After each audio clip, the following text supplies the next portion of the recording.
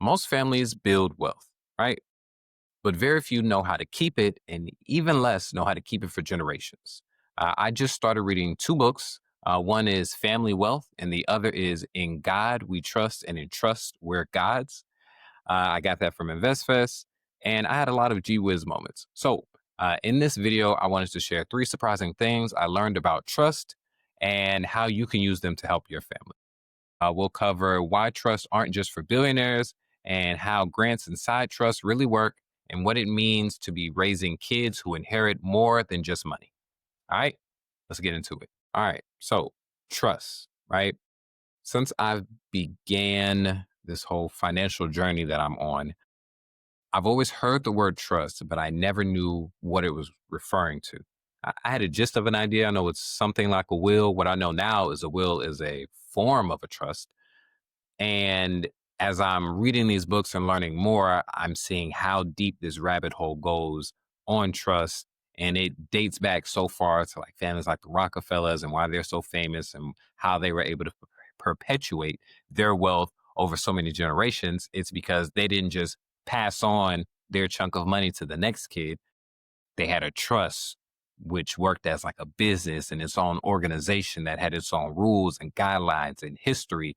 And all the family members have to study all this rules, guidelines, and history, and then they get the money. But sometimes they don't even get the money. They'll just get ability to borrow the money, but then they have to pay it back with interest, or all their life insurances have a beneficiary that's the trust instead of an actual person. So the money keeps perpetuating itself. It's very interesting. If this kind of content interests you, can you just like leave a like or comment right now so that I'm aware? So the more I learn from these books and experts that I'm talking to, I'll share it with you. All that to say, let's get into these three things I'm going to talk about today. Lesson one that I've learned is grants can give without giving it all away. Many people work their entire lives and then just want to, drop this chunk of money into their kids and be like, all right, I did my part. You go do the same thing. You do your part. But there is this old adage called shirt sleeves to shirt sleeves, I believe. And basically, that says that the first person works really hard, makes a bunch of money. The second person saw that person work, right? When I say second person, I'm talking about generations, right? So you work hard, make a bunch of money, good job. You give the money to your kid. Your kid is like, I saw my father work really hard. I'm gonna, carry on their legacy, and I'm gonna make sure I give my kid a bunch of assets as well. So second generation does their part, boom, pass it on to the third generation. The third generation never saw the first generation and what they had to do to make it from zero. They just came into a lifestyle of wealth. So they normally end up not appreciating it, not doing the things they need to do to perpetuate the wealth, and they blow it all. That's why, on average, it normally takes about three generations for any amount of riches to go down to zero. And then the fourth generation will have to start from zero and figure out how to, do what the first generation did. So, trust is a way to circumvent all of that. So, lesson one, like I said, trust can give without giving it all away. A grant is a trust. A grant from a trust isn't here's your inheritance. It's more of a here's controlled access with a purpose. Parents or the grantors can tie distributions to life events like graduations, business investments, or buying a first home, right? So these different life events will initiate a distribution of funds like, boop, you got married, here's $1 million, take care of your spouse, get a house, bars. Um, and then basically, what I learned from this concept is it's not about control. You're not making this grant to make your kid do whatever you say do, but it's about protecting them from their own dumb decisions, right? Maybe you don't want them to have access to, millions of dollars when they turn 18 because we've all been 18 and we know what we would do with, that much money then.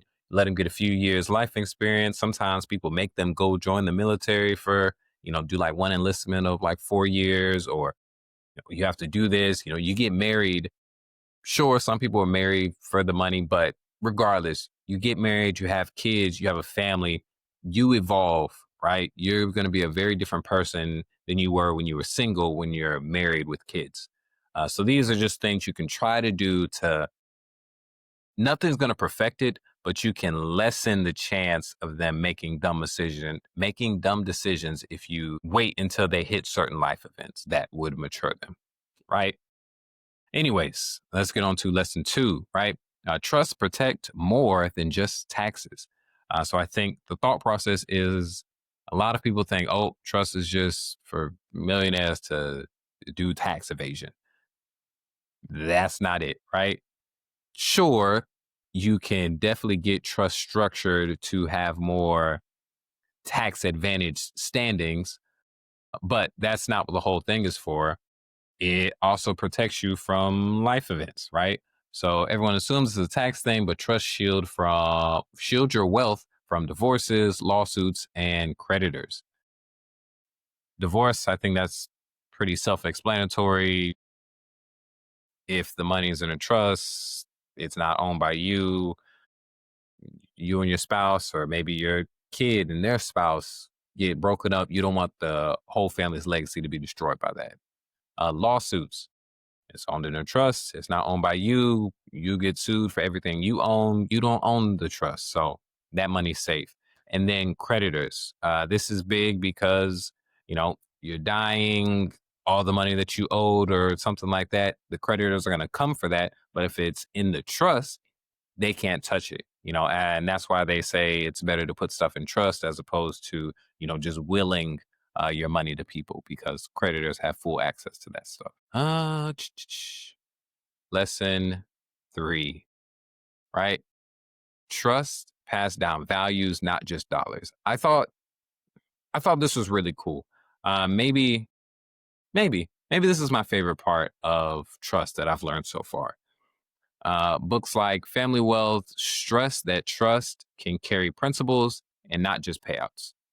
Uh, in God we trust, and in Trust Where Gods do that as well, right? And I'm gonna shout them out.